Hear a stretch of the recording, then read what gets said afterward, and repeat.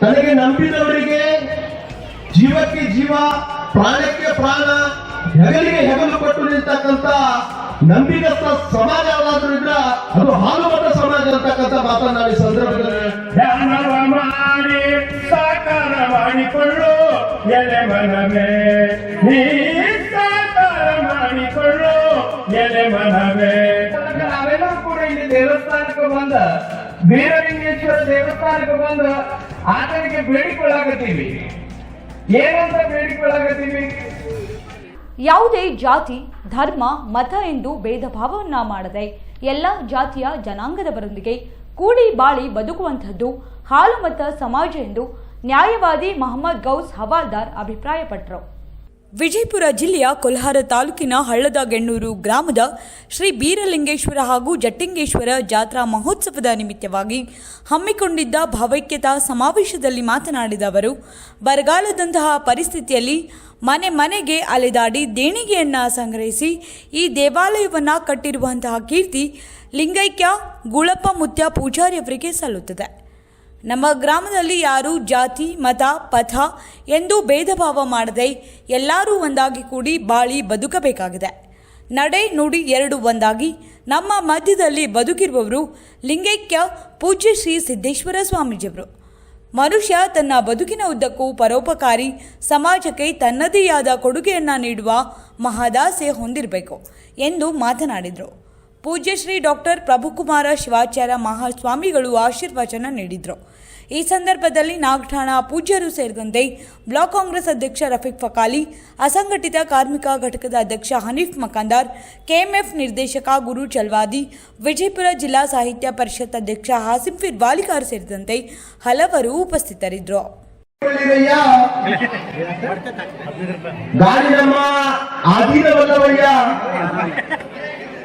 ನಾಳೆ ತೂರಿ ಏನೆಂದರೆ ಇಲ್ಲವಯ್ಯ, ಶಿವಚರಣವೆಂಬ ಗಾಳಿ ಬಿಟ್ಟಾಗ ಬೇಗ ಬೇಗನೆ ತೂರಿಕೊಳ್ಳಿರೆಂದಾತ ಅಂಬಿಗರ ಚೌಡಯ್ಯ. ಇವತ್ತಿನ ದಿವಸ ಈ ಪವಿತ್ರ ಪುಣ್ಯ ಸನ್ನಿಧಾನದಲ್ಲಿ ಎಂತ ಗಾಳಿ ಬೀಸ್ಲಿಕ್ಕತ್ತಿದೆಪ್ಪ ಅಂತಂದ್ರ ಅಕ್ಷರ, ಅನುಭವ, ಜ್ಞಾನದ ದಾಸವನ್ನು ಬಿಡ್ತಕ್ಕಂಥ ಶರಣರ ಗಾಳಿ ಇವತ್ತಿನ ದಿನ ಈ ಪವಿತ್ರ ಪುಣ್ಯ ಸನ್ನಿಧಾನದಲ್ಲಿ ಬೀಸ್ತಾ ಇದೆ ಅಂತಕ್ಕಂಥ ಮಾತನ್ನ ಈ ಸಂದರ್ಭದಲ್ಲಿ ಹೇಳಿದ್ದೆ. ಸಂಸ್ಕೃತಿ ನಮ್ಮ ಭಾರತ ದೇಶದ್ದು. ಈ ಭಾರತ ದೇಶದಲ್ಲಿ ಜನಿಸಿರ್ತಕ್ಕಂಥ ಹಿಂದೂ, ಮುಸಲ್ಮಾನರು, ಕ್ರೈಸ್ತರು, ಜೈನರು ನಾವೆಲ್ಲರೂ ಒಂದೇ ಅಂತಕ್ಕಂಥ ಮನೋಭಾವನೆಯಿಂದ ಕೂಡಿ ಬದುಕಿ ಬಾಳುವುದೇ ಈ ಭಾವೈಕ್ಯತೆ.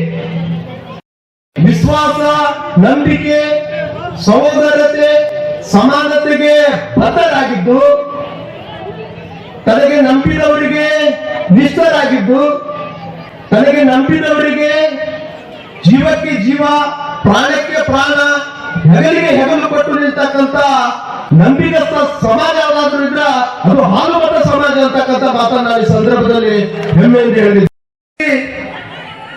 ನಿಮ್ಮ ಕುಲದ ನೆಲೆಯೇನಾದರೂ ಬಲ್ಲಿರ ಎಂದು ಹೇಳಿದ ದಾಸಶ್ರೇಷ್ಠ ಕನಕದಾಸರನ್ನ ಅಡಿ ಮುಂದೆ ಇಟ್ಟರೆ ಸ್ವರ್ಗ, ಅಡಿ ಹಿಂದೆ ಇಟ್ಟರೆ ನರಕ, ಕಿತ್ತೂರಿನ ಉಪ್ಪು ತಿಂದಿರುವೆ ಅದರ ಋಣ ತೀರಿಸದೆ ಬಿಡಲಾರೆ ಎಂದು ಭಾರತ ದೇಶದ ಸ್ವಾತಂತ್ರ್ಯಕ್ಕೋಸ್ಕರ ಹೋರಾಡಿರ್ತಕ್ಕಂಥ ಚಲದಂಕ ಮಲ್ಲ, ಸಂಗೊಳ್ಳಿ ರಾಯಣ್ಣನಂತ ದಿಟ್ಟ ಪುರುಷರನ್ನ ಜನ್ಮ ನೀಡಿರ್ತಕ್ಕಂಥ ಮತ ಈ ಹಾಲುಮತ.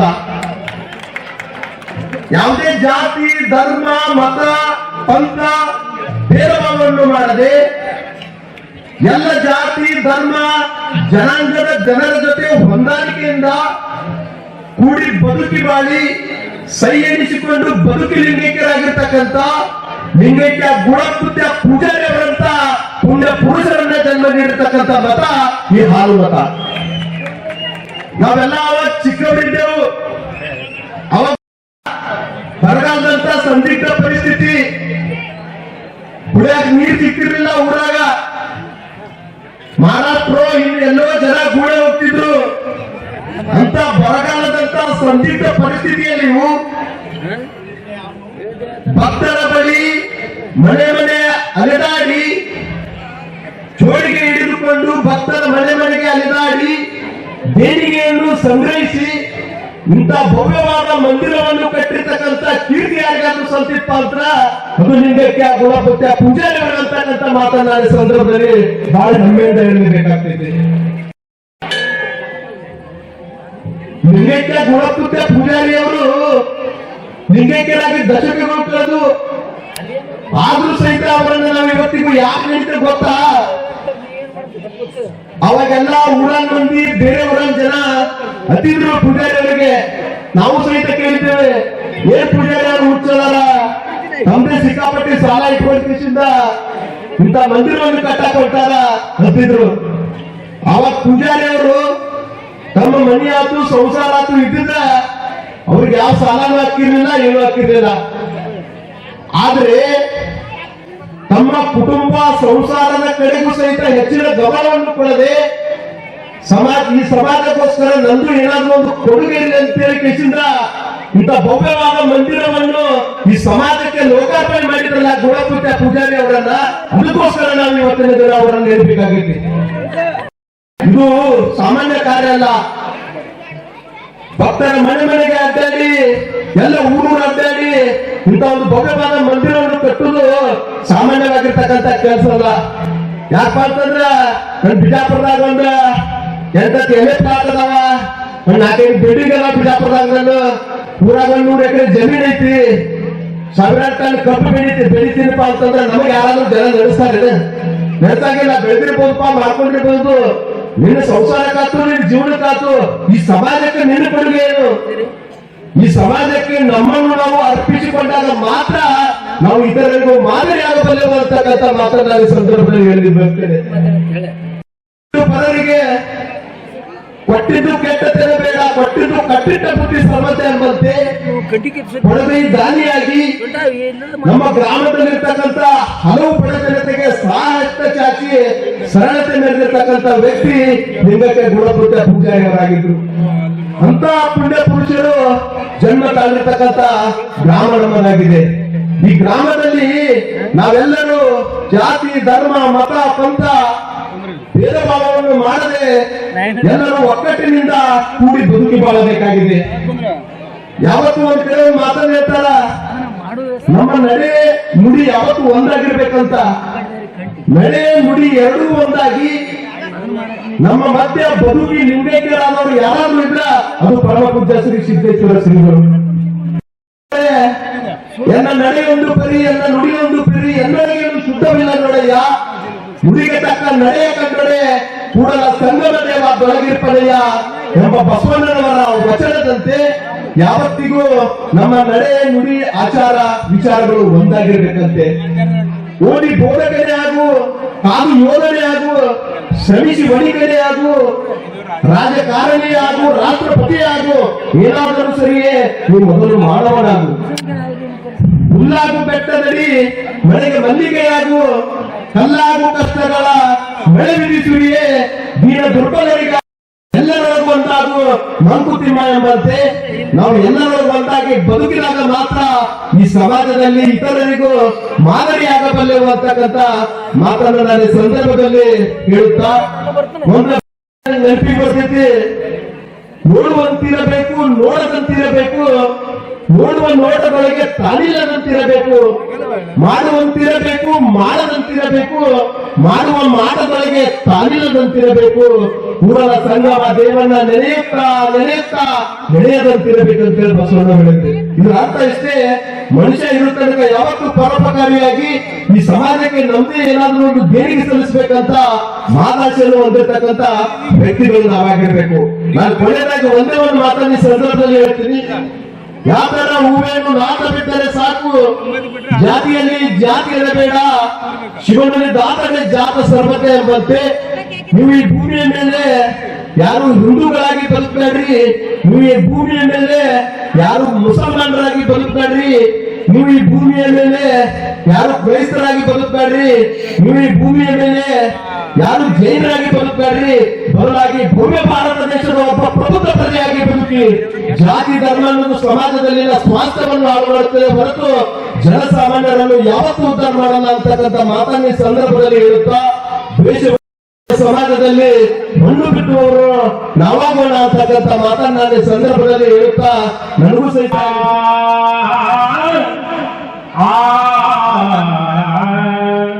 ಯಾಕೆ ಚಿಂತೆ ಮಾಡತೀವಿ ಎಲೆ ಮನವೇ ನಿನಗ ಯಾತರ ಸುಖವಿಲ್ಲ ಎಲೆ ಮನವೇ ಲೋಕನಾಥನ ಧ್ಯಾನವ ಮಾಡಿ ಲೋಕನಾಥನ ಧ್ಯಾನವ ಮಾಡಿ ಸಾಕಾರ ಮಾಡಿಕೊಳ್ಳು ಎಲೆ ಮನವೇ ನೀ ಸಾಕಾರ ಮಾಡಿಕೊಳ್ಳು ಎಲೆ ಮನವೇ ಯಾಕೆ ಚಿಂತೆ ಮಾಡತೀವಿ ಎಲೆ ಮನವೇ ನಿನಗ ಯಾತರ ಸುಖ ಧ್ಯಾನವ ಮಾಡಿ ಸಾಕಾರ ಮಾಡಿಕೊಳ್ಳು ಎಲೆ ಮನವೇ ನೀ ಸಾಕಾರ ಮಾಡಿಕೊಳ್ಳು ಎಲೆ ಮನವೇ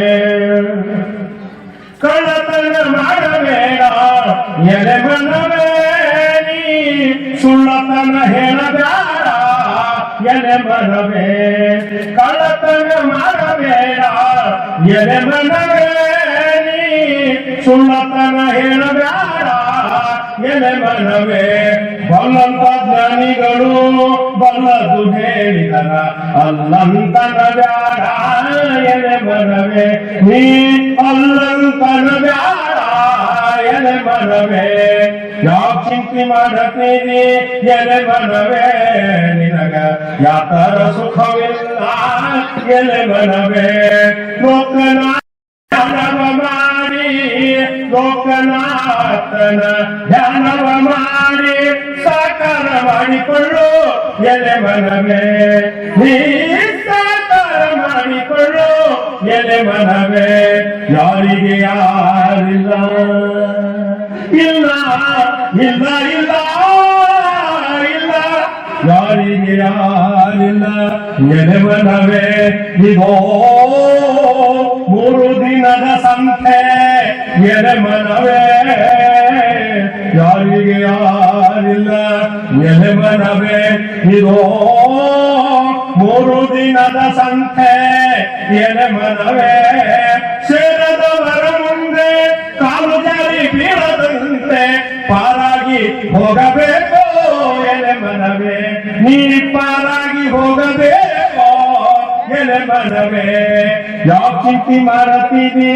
ಎಲೆ ಮನವೇ ನಿನಗ ಯಾತರ ಸುಖವಿಲ್ಲ ಎಲೆ ಮನವೇ ಆತನ ಧ್ಯಾನವ ಮಾಡಿ ಲೋಕನಾಥನ ಧ್ಯಾನವ ಮಾಡಿ ಸಾಕಾರ ಮಾಡಿಕೊಳ್ಳು ಎಲೆ ಮನವೇ ನೀ ಸಾಕಾರ ಮಾಡಿಕೊಳ್ಳು ಎಲೆ ಮನವೇ ನಾವೆಲ್ಲರೂ ಕೂಡ ಇಲ್ಲಿ ದೇವಸ್ಥಾನಕ್ಕೆ ಬಂದ ಬೀರಲಿಂಗೇಶ್ವರ ದೇವಸ್ಥಾನಕ್ಕೆ ಬಂದು ಆತನಿಗೆ ಬೇಡಿಕೊಳ್ಳಾಕತ್ತೀವಿ. ಏನಂತ ಬೇಡಿಕೊಳ್ಳಾಕತ್ತೀವಿ? ನಮಗ ಬಹಳ ಮನೆ ತುಂಬಲಿಪ್ಪ, ನಮ್ಮ ಮನೆ ಒಳಗೆ ವಜ್ರ ವೈಡೂರ್ಯ ಬಂಗಾರ ಅನ್ನುವಂತ ತುಂಬಲಿ, ಹಣ ಸಂಪತ್ತು ಅನ್ನೋದು ತುಂಬಲಿ ಅಂತ ಬೇಡಿಕೊಳ್ಳಾಕತ್ತೀವಿ. ಹೌದಲ್ರಿ? ಹೌದಲ್ಲ? ಯಾರ್ಯಾರು ಬೇಡಿಕೊಂಡಿರ್ತಾರೆ ಎತ್ತು ನೋಡೋಣ. ಯಾರು ಹೇಳ್ರಿ? ದೇವರ ಹತ್ರ ಬಂದಾಗ ನೀವೆಲ್ಲ ಅಂಗಡಿಗೆ ಹೋಗಿ ಹಣ್ಣು ಹಂಪಲ ಕಾಯಿಗಳನ್ನ ತಗೊಂಡು ಬರ್ತೀರಿ. ದೇವರಿಗೆ ನೈವೇದ್ಯ ಮಾಡೋ ಸಲುವಾಗಿ ಒಂದಿಷ್ಟು ಎಡಿಯನ್ನ ತಗೊಂಡು ಬರ್ತೀರಿ. ನೀವು ಅಂಗಡಿಗೆ ಹೋಗಿ ಖರೀದಿ ಮಾಡುವಾಗ ನೀವು ಅಲ್ಲಿ ಹೋಗಿ ಏನಂತ ಕರಿತೀರಿ? ಒಂದು ಸೇಬುವನ್ನು ಕೊಡ್ರಿ ಅಂದ್ರ ಯಾರು ಕೂಡ ಪ್ರಸಾದ ಕೊಡ್ರಿ ಅಂತ ಕರೆಯಂಗಿಲ್ಲ. ಸೇಬುವನ್ನಿಗೆ ಸೇಬುವನ್ನ ಅಂತೀವಿ, ಬಾಳೆಹಣ್ಣಿಗೆ ಬಾಳೆಹಣ್ಣ ಅಂತೀವಿ. ಆದ್ರೆ ಯಾವಾಗ ಅವೆಲ್ಲ ಸೇಬುವನ್ನು ಬಾಳೆಹಣ್ಣು ಒಂದು ತಟ್ಟೆ ಒಳಗೆ ತಗೊಂಡು ಬಂದು ದೇವರಿಗೆ ಎಡಿ ಮಾಡಿ ಮತ್ತೆ ಮಳೆ ವಾಪಸ್ ರಿಟರ್ನ್ ತಗೊಂಡು ಹೋಗುವಾಗ ಅದಕ್ಕೆ ಏನಂತೀವಿ ನಾವು? ಸೇಬುವನ್ನು ತಗೊಂತೀವಿ, ಪ್ರಸಾದ ಅಂತೀವಿ.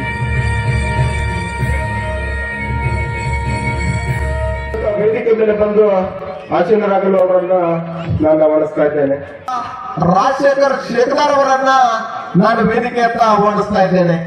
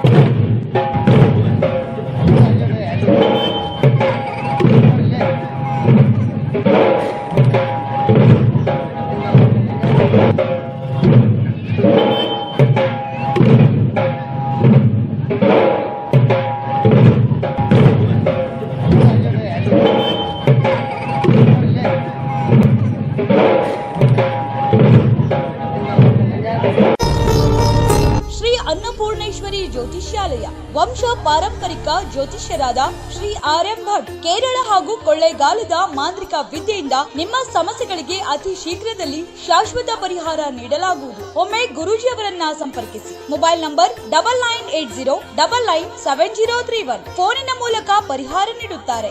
ಈ ಸೃಷ್ಟಿಯಲ್ಲಿ ಮನುಷ್ಯ ಜನ್ಮವೇ ಪುಣ್ಯವೆನ್ನುವ ನಮಗೆ ಕಷ್ಟಗಳು ಪಾಪಗಳಂತೆ ಕಾಡುತ್ತವೆ. ಅನಾದಿ ಕಾಲದಿಂದಲೂ ಮಾನವನ ಅನೇಕ ಸಮಸ್ಯೆಗಳಿಗೆ ಉತ್ತಮ ರೀತಿಯಲ್ಲಿ ಪರಿಹಾರ ಸಿಗುತ್ತಿರುವುದು ಜ್ಯೋತಿಷ್ಯ ಶಾಸ್ತ್ರದಲ್ಲಿ. ನಮಸ್ಕಾರ ವೀಕ್ಷಕರೇ, ನಿಮ್ಮ ಎಲ್ಲಾ ಸಮಸ್ಯೆಗಳಿಗೂ ಪರಿಹಾರ ಸಿಗುವ ಏಕೈಕ ಜ್ಯೋತಿಷ್ಯ ಕೇಂದ್ರ.